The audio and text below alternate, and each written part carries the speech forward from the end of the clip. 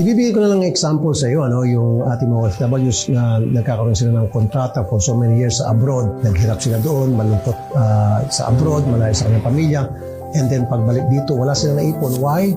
Kasi nga, nawawaldas ng kanilang mga kamag-anak, pinapadala lahat ng pera nila dito, namimili sila paano ng mga kagamitan doon. Nakakalimutan nila na kailangan pala nila mag-save, kailangan nila pala magtago ng pera, magtabi ng pera para pagbalik nila, hindi sila nagmumukhang kawawa. So it's very important that people should know how to save money. Ngayon pa lamang, tulad natin, meron tayong kaalaman tungkol sa pag-ipon, meron tayong kaalaman tungkol sa financial literacy, then we're here to educate and to tell them how it is very important na para malaman nila ang tungkol sa tamang pag-handle ng pera.